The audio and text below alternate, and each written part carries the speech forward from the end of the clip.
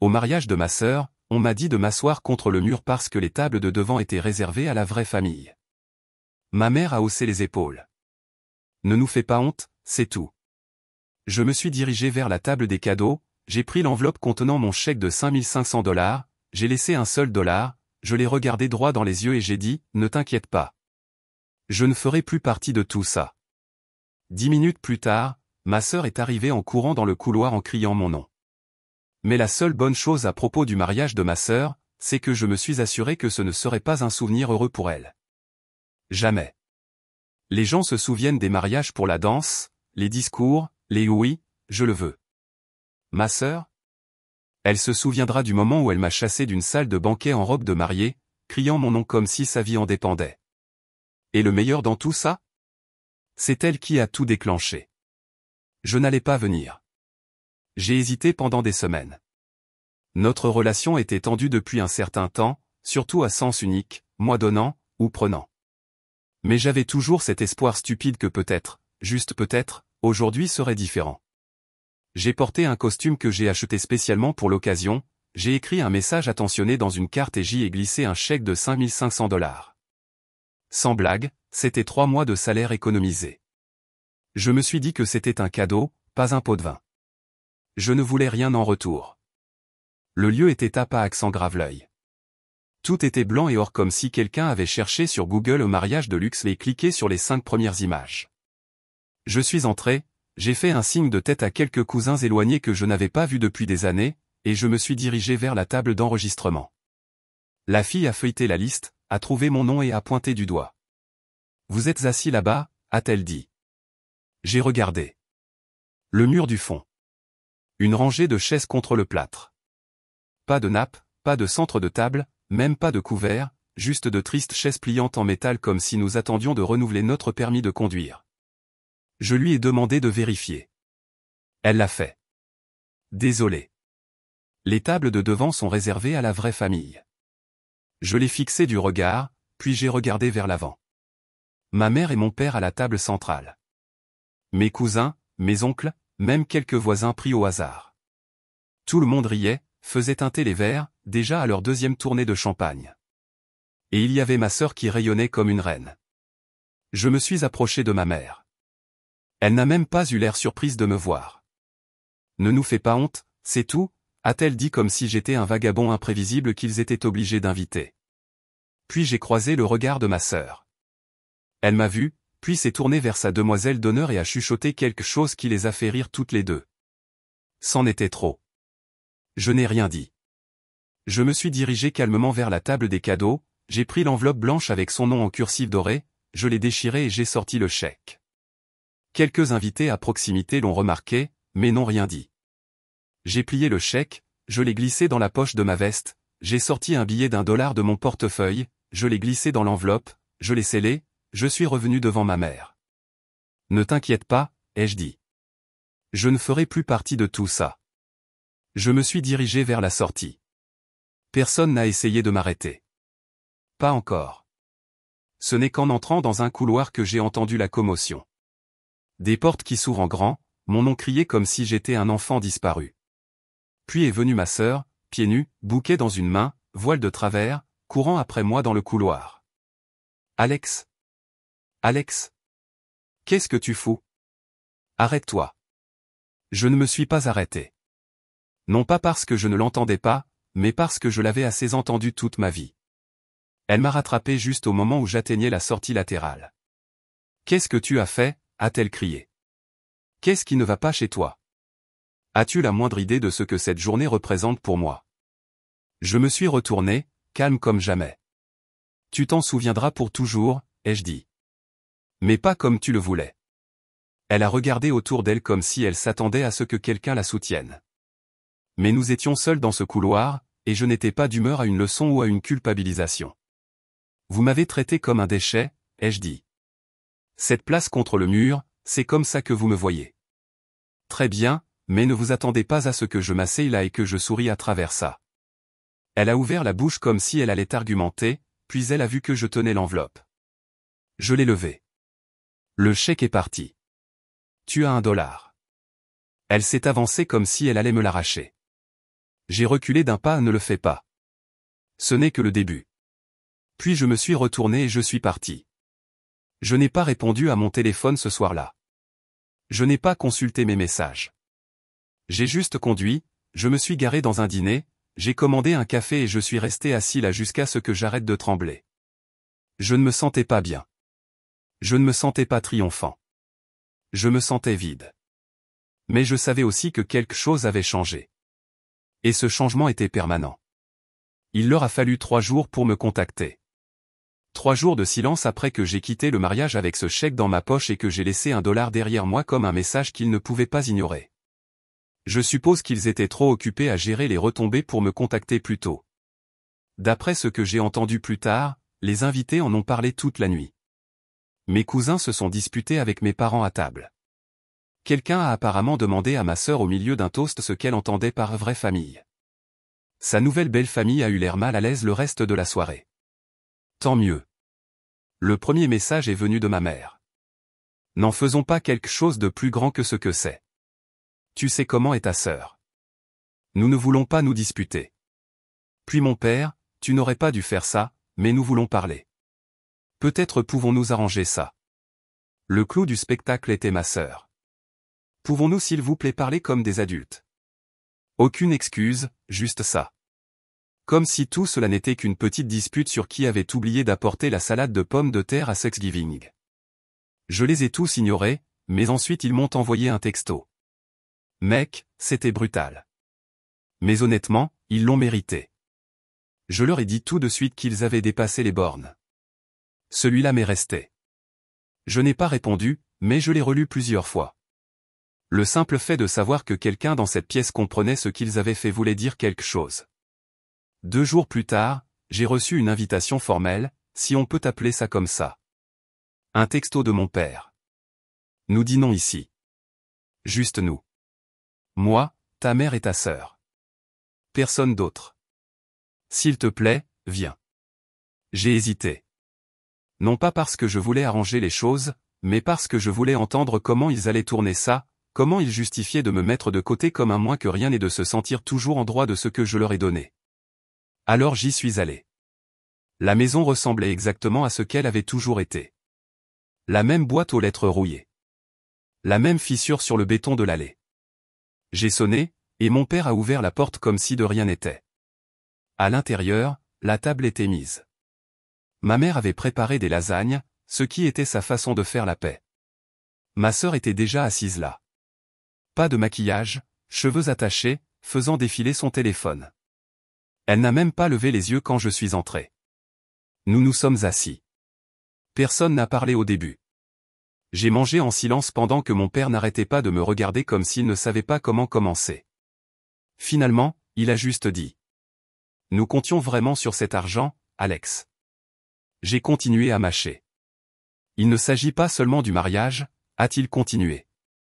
Ils en ont besoin pour leur nouvel endroit. Les dépôts, les frais de subsistance. Ils ont eu une année difficile, a ajouté ma mère. Tu vas bien. Tu as un emploi stable. Ils ne font que commencer. J'ai regardé ma sœur. Elle fixait toujours son assiette comme si elle voulait être n'importe où ailleurs. Puis elle a dit. Tu as fait une scène. Ce n'était pas juste mesquin. C'était cruel. Tu m'as humilié. Cela m'a fait rire. Pas fort, juste assez pour qu'elle lève les yeux, confuse. Cruel, ai-je dit. Tu m'as assis contre le mur. Tu as dit au personnel que je n'étais pas de la vraie famille. Tu as souri quand j'avais l'air confus. Tu as donné le ton. Tout ce que j'ai fait, c'est te rendre l'appareil. Mon père a soupiré. Nous ne voulons pas nous disputer. Nous voulons juste comprendre s'il y a une voie à suivre. Il y en a une, ai-je dit. Mais ce n'est pas celle que vous croyez. Je me suis levé, toujours calme, toujours poli, même si je sentais la chaleur monter dans mon cou. Vous me voyez tous comme un chéquier. C'est tout. Vous ne m'avez pas invité à faire partie de cette journée. Vous m'avez invité à y contribuer. Et quand je n'ai pas joué mon rôle comme vous le vouliez, soudain, je suis le méchant. Les yeux de ma mère ont commencé à devenir vitreux. Ma sœur a finalement eu l'air de vouloir parler, mais je ne lui en ai pas donné l'occasion. Je vous ai aidé plus de fois que je ne peux en compter. Je lui ai donné ma vieille voiture gratuitement. J'ai payé les médicaments pour le cœur de papa il y a 2 ans sans qu'on me le demande. Je n'en ai jamais fait toute une histoire parce que je pensais que c'était ce que faisait une famille. Je me suis penché en avant juste assez pour m'assurer qu'ils entendent tous les mots. Mais si je ne suis utile que lorsque je donne de l'argent, alors peut-être que vous n'êtes pas ma famille non plus. Et je suis sorti. Pas de cris, pas de porte qui claque, juste du silence. Ils ne m'ont pas suivi cette fois. Je ne m'attendais pas à avoir de leurs nouvelles sitôt, mais moins de 24 heures se sont écoulées avant qu'un autre message n'arrive. Cette fois de ma sœur. Je veux te rencontrer seul. S'il te plaît. Je l'ai fixé pendant un moment, incertain de savoir si je devais même répondre. J'étais fatigué. Pas le genre de fatigue que l'on répare avec du sommeil. Le genre qui s'installe quand on réalise enfin qu'une relation n'est pas ce que l'on croyait. Mais j'ai accepté, surtout parce que je voulais voir si elle allait enfin être honnête. Pas seulement avec moi, mais avec elle-même. Nous nous sommes rencontrés dans un café à mi-chemin entre nos maisons. Terrain neutre. Elle portait des lunettes de soleil même s'il y avait des nuages. Pas d'alliance. Elle avait l'air épuisée. Moi aussi probablement. Elle n'a pas dit bonjour. Elle s'est juste assise et est allée droit au but. J'ai besoin de cet argent, a-t-elle dit. Pas de nous, pas d'il, je. Pendant une seconde, j'ai pensé qu'elle allait peut-être s'ouvrir sur quelque chose de réel. Peut-être que les choses étaient pires que je ne le pensais. Mais au lieu de cela, elle s'est lancée dans une histoire sur la façon dont l'appartement qu'il voulait est tombé à l'eau parce qu'il ne pouvait pas couvrir le dépôt. Comment son mari avait quitté son emploi 2 mois plus tôt pour quelque chose de plus flexible et qu'ils avaient atteint le maximum de 2 cartes de crédit. Je ne l'ai pas interrompu. Je l'ai juste laissé parler. Quand elle s'est finalement arrêtée, j'ai demandé, alors, le plan était de m'humilier devant tout le monde et de quand même prendre mon argent? Elle a un peu tressailli. Ce n'était pas comme ça. Vous avez fait des blagues sur moi à vos amis. Vous m'avez mis au fond de la salle. Vous avez dit aux gens que je n'étais pas de la vraie famille. C'était comment alors, exactement? Elle est restée silencieuse pendant une seconde. Puis elle s'est penchée en avant et sa voix a baissé. Tu ne comprends pas, maman et papa m'ont dit de ne pas me battre.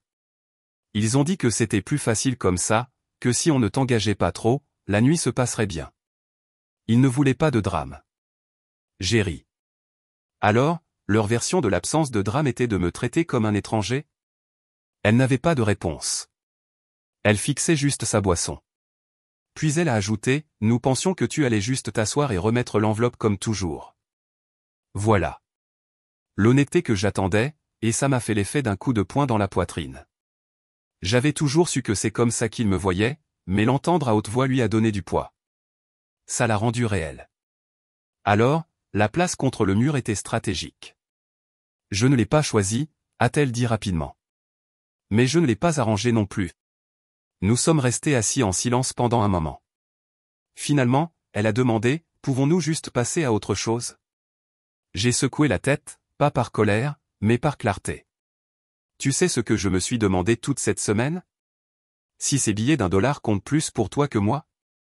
Si toutes ces choses que j'ai faites, aider avec les études, te donner ma voiture, payer les ordonnances de papa, si rien de tout ça ne comptait par rapport à un chèque de $5000. Elle n'a pas répondu. Je ne vais pas me battre pour ça, dis-je. J'en ai juste fini de faire semblant. Je me suis levé pour partir. Elle a tendu la main pour m'arrêter, mais j'ai reculé. Je ne te déteste pas, dis-je. Mais je ne te fais pas confiance, et c'est ça qui compte le plus. Puis je suis ressorti. J'ai conduit jusqu'à chez moi sans allumer la radio, je me suis assis dans mon appartement et j'ai simplement fixé le plafond pendant un moment. Je savais que quelque chose se terminait. Et bizarrement, je me sentais bien, comme si j'avais enfin quitté un emploi pour lequel je n'avais jamais signé en premier lieu. Mais la partie suivante, c'est là que les choses sont devenues plus intenses. 3 jours après le café, je suis rentré du travail et j'ai trouvé mes 2 parents assis sur les marches devant mon immeuble. Aucun avertissement, aucun message, juste là, comme si c'était une visite familiale surprise et non la continuation du gâchis qu'ils avaient contribué à créer. Ma mère avait un sac en papier sur ses genoux, des biscuits, à en juger par l'odeur. Et mon père avait cette étrange expression intermédiaire qu'il utilise quand il essaie d'avoir l'air calme, mais qu'il sait exactement à quel point ils ont foiré. Nous étions dans le coin, dit ma mère. Ils vivent à 1h45. Je n'ai pas ouvert la porte plus grand. Je me suis appuyé sur le cadre et j'ai attendu. Ils ont pataugé pendant quelques minutes de fausse normalité. Mon père a demandé comment se passait le travail. Ma mère a demandé si je buvais toujours le même genre de thé qu'elle achetait. Je n'ai pas répondu, je suis juste resté là. Finalement, ma mère y est arrivée. Nous essayons de réparer ça en famille. J'ai jeté un coup d'œil au sac de biscuits, puis je l'ai regardé de nouveau. Elle le tendait comme si c'était une offrande, quelque chose pour adoucir ce qu'elle allait dire.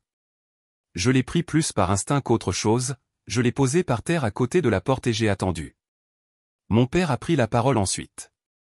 Ils sont expulsés, dit-il. Ta sœur et son mari. Ils ne voulaient rien dire, mais ils n'ont plus d'argent. Ils ne peuvent pas payer le loyer. La caution pour le nouvel endroit a échoué. Le travail qu'il a quitté, ça n'a pas marché, et elle le cachait à tout le monde. J'ai haussé un sourcil. Alors, elle vous l'a dit maintenant? Mon père a hésité. Pas exactement.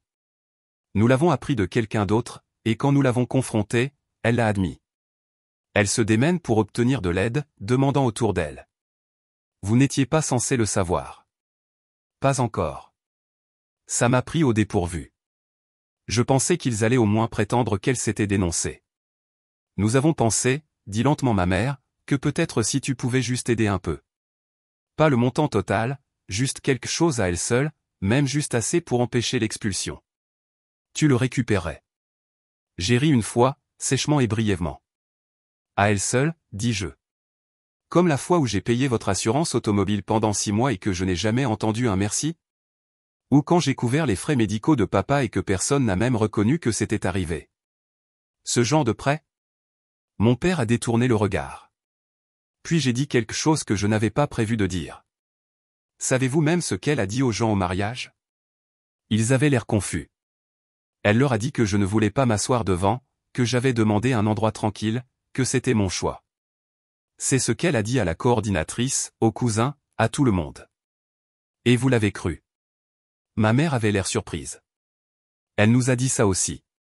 Nous avons pensé que tu pensais que c'était vrai parce que c'est plus facile. J'ai dit, vous vouliez que ce soit vrai. Puis la chose à laquelle je ne m'attendais pas est arrivée. Mon père s'est assis lourdement sur la marche comme si ses jambes venaient de le lâcher. Elle nous ment depuis des mois, dit-il, au sujet de l'argent, de l'appartement, de tout. Ma mère l'a regardé comme s'il venait de dire quelque chose dans une autre langue. Qu'est-ce que tu veux dire? Elle m'a demandé de l'argent en espèces en avril. Elle m'a dit que c'était pour faire les courses. Elle a dit que les chèques de paie de son mari étaient retardés. Je le lui ai donné, sans poser de questions, mais maintenant je découvre qu'elle t'a dit que l'argent était pour l'essence. Je les ai juste regardés se défaire en temps réel, et c'était étrangement calme. Elle a dit à certains des invités que j'étais riche, dis-je. Ils se sont tous les deux tournés vers moi. Elle leur a dit que j'allais recevoir un héritage, que j'étais avare en le gardant pour moi, que je pouvais me permettre d'aider mais que je choisissais de ne pas le faire. Vous savez comment je l'ai découvert? Nat m'a envoyé un texto. Ma mère avait l'air de vouloir dire quelque chose, mais il ne restait plus rien à défendre. Elle ment encore, dis-je. Même maintenant, il ne le niait pas, ce qui était probablement le moment le plus honnête que nous ayons eu depuis des années. Je suis entré, j'ai fermé la porte, je ne l'ai pas claquée, je n'ai pas crié. Je l'ai verrouillée, je suis allé dans la cuisine et je me suis assis au comptoir avec le sac de biscuits. Je ne les ai pas ouverts. Plus tard dans la nuit, j'ai vérifié mon téléphone. Cet appel manqué et SMS de ma mère. Un long paragraphe de mon père que je n'ai pas pris la peine de lire. Rien de ma sœur. Mais Nat, il m'a envoyé une capture d'écran. Conversation de groupe. Un message de ma sœur horodaté il y a seulement 2 heures. Il fait le saint parce qu'il pense qu'il est meilleur que nous maintenant. Attendez. Il finira par revenir en rampant. Il le fait toujours. Alors oui, j'ai cessé de me demander s'il ne voyait tout simplement pas ma valeur. Il la voit. Ils ne l'ont juste jamais respectée. J'ai laissé passer une semaine, 7 jours complets de silence. Je n'ai pas répondu aux appels. Je n'ai pas ouvert les messages. Je n'ai pas touché aux biscuits qu'ils avaient laissés dans le sac en papier sur le pas de ma porte. J'ai juste laissé tout reposer. Laissez la poussière se déposer pour que je puisse voir ce qui tenait encore debout. Les messages n'ont pas cessé. Ils ont juste changé. Ma mère est passée de la culpabilité au désespoir. Des phrases comme « Ce n'est pas comme ça que fonctionne une famille et nous avons toujours été là les uns pour les autres », même si elle ne pouvait citer aucun moment où cela était vrai dans ma direction. Mon père a continué à jouer le rôle d'intermédiaire. Comme s'il restait neutre assez longtemps, il en sortirait indemne. Et ma sœur, eh bien, elle n'a jamais appelé. Mais elle a envoyé des textos, courts, froids. Si tu vas continuer à nous ignorer, dis-le simplement. Tu as eu ton attention. Est-ce suffisant maintenant? Nous ne sommes pas les méchants ici. Elle ne savait pas que je lisais tout. Elle ne savait pas que Nat me transmettait les choses qu'elle disait dans les conversations de groupe, disant à la famille élargie que je traversais une phase, disant que j'avais une dépression nerveuse parce que je n'avais jamais compris comment faire partie d'une vraie famille. Elle a même dit à une tante que j'avais inventé l'histoire de la chaise pour avoir l'air d'une victime. Celle-là m'a presque fait rire. Mais ce qui a vraiment rompu le dernier fil, ce n'est pas quelque chose qu'elle a dit. C'était un message vocal d'elle. Sa voix a commencé doucement, essayant de paraître compréhensive, comme si elle était la plus raisonnable. Si tu vas continuer à exagérer ça, les gens vont comprendre quel genre de personne tu es vraiment. C'est ce qu'elle a dit. Clair comme de l'eau de roche, comme si c'était un avertissement. Non seulement elle ne s'excuserait pas, mais si je ne rentrais pas dans le rang, elle s'assurerait que les gens se retournent contre moi. Il n'a jamais été question de s'excuser. Il était question de contrôle. Je n'ai pas répondu. J'ai bloqué son numéro juste après avoir réécouté ce message vocal une dernière fois. Ensuite, j'ai bloqué ma mère, puis mon père, et après cela, j'ai fait quelque chose que je n'avais pas fait depuis plus d'une décennie. J'ai réservé un voyage. Personne ne le savait. Je n'ai rien posté en ligne. Je n'ai demandé de suggestions à personne. J'ai juste choisi un endroit lointain, quelque part au chaud avec de l'eau. Pas de plan, pas d'horaire, juste moi, une valise, un passeport et suffisamment d'espace entre moi et tout ça pour que je puisse enfin respirer. Avant de partir, j'ai envoyé un message. Message de groupe, 3 personnes. N'appelez pas. N'envoyez pas de SMS. N'envoyez pas de courriel, n'écrivez pas, ne vous présentez pas. N'envoyez pas de nouvelles de votre vie ou de culpabilité à propos de la mienne. Ne me contactez pas pendant les vacances ou mon anniversaire ou après que quelqu'un d'autre vous ait dit que je vais bien. Ne me dites pas que c'est temporaire. Ne me dites pas que je suis votre famille. Je ne suis pas votre issue de secours. J'en ai fini pour de bon. Personne n'a répondu. Pas immédiatement de toute façon, mais j'ai vu le message être lu. Je suis parti 2 jours plus tard. J'ai fait mes bagages légers. C'était étrange de réserver des vacances sans m'assurer que quelqu'un d'autre pouvait couvrir mon quart de travail ou de vérifier auprès de ma famille ou de faire de la place dans mes plans pour quelqu'un d'autre. Je n'avais pas fait ça depuis l'université. L'hôtel avait une vue sur l'eau, le genre de vue qui vous donnait l'impression que le monde était toujours un endroit où les gens pouvaient recommencer. J'ai regardé le lever du soleil depuis une chaise longue avec du café noir dans ma main et aucune notification sur mon téléphone. Et pour la première fois, je ne me suis pas senti coupable. Je ne me suis pas demandé s'il parlait de moi. Je ne me suis pas inquiété de ce qui allait suivre parce que je savais ce qui allait suivre. Rien. Et c'était le meilleur. La première nuit du voyage, je n'ai rien fait de spécial. Pas d'excursion, pas de dîner raffiné, pas de bar. J'ai juste marché le long de la plage jusqu'à ce que mes pieds me fassent mal et je me suis assis sur le sable à regarder la marée bouger comme si elle ne devait d'explication à personne. C'est ça qui m'a marqué, le calme. C'était tellement différent du bruit auquel j'étais habitué, le genre où quelqu'un demande toujours quelque chose, laisse entendre une déception, lâche de la culpabilité comme de la petite monnaie. J'ai laissé mon téléphone en mode silencieux tout le temps. Je ne l'ai même pas vérifié avant le 3e matin, plus par habitude que par curiosité. Il y avait 4 messages. L'un venait de ma mère quelques heures après que j'ai envoyé le message de groupe.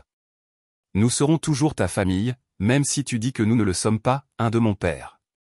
Tu peux t'en aller si tu veux, mais ne t'attends pas à ce que nous restions assis là pour toujours. Et un de ma sœur. Une photo. C'était ma nièce, sa fille, à qui j'avais envoyé des cadeaux d'anniversaire chaque année sans faute, même si je ne l'avais pas vue en personne depuis des mois. Sous la photo, ma sœur a écrit « Elle te manque », mais je suppose que ça n'a plus d'importance. Je n'ai pas répondu. Je n'allais pas me faire avoir. Je connaissais le scénario maintenant. Émotion, culpabilité, l'appât d'une relation qu'il n'avait jamais été prêt à construire réellement. Et une fois que je cédais, tout revenait à ce que c'était avant. Il continuerait à prendre. Je continuerais à donner.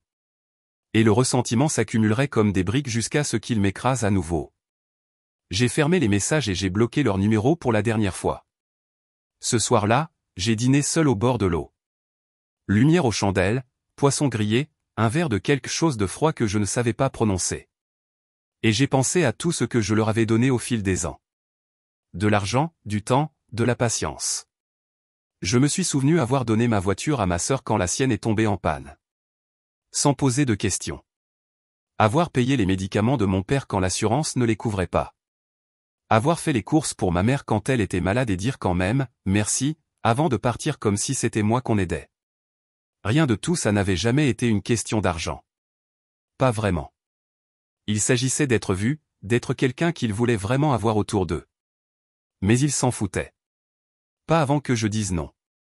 C'était la dernière pièce du puzzle. Après le dîner, je me suis assis sur le balcon à regarder les vagues frapper les rochers. Une brise est venue de l'océan, et j'ai réalisé, pour la première fois depuis des années, que je n'attendais pas que quelqu'un ait besoin de quelque chose. Je ne vérifiais pas mon téléphone. Je ne craignais pas d'avoir manqué l'appel ou d'avoir déçu quelqu'un. Il ne restait plus rien à réparer et plus rien à casser. J'avais la paix. J'ai pensé que je me sentirais peut-être seul. Peut-être que le regret se ferait sentir, mais ce n'est pas arrivé.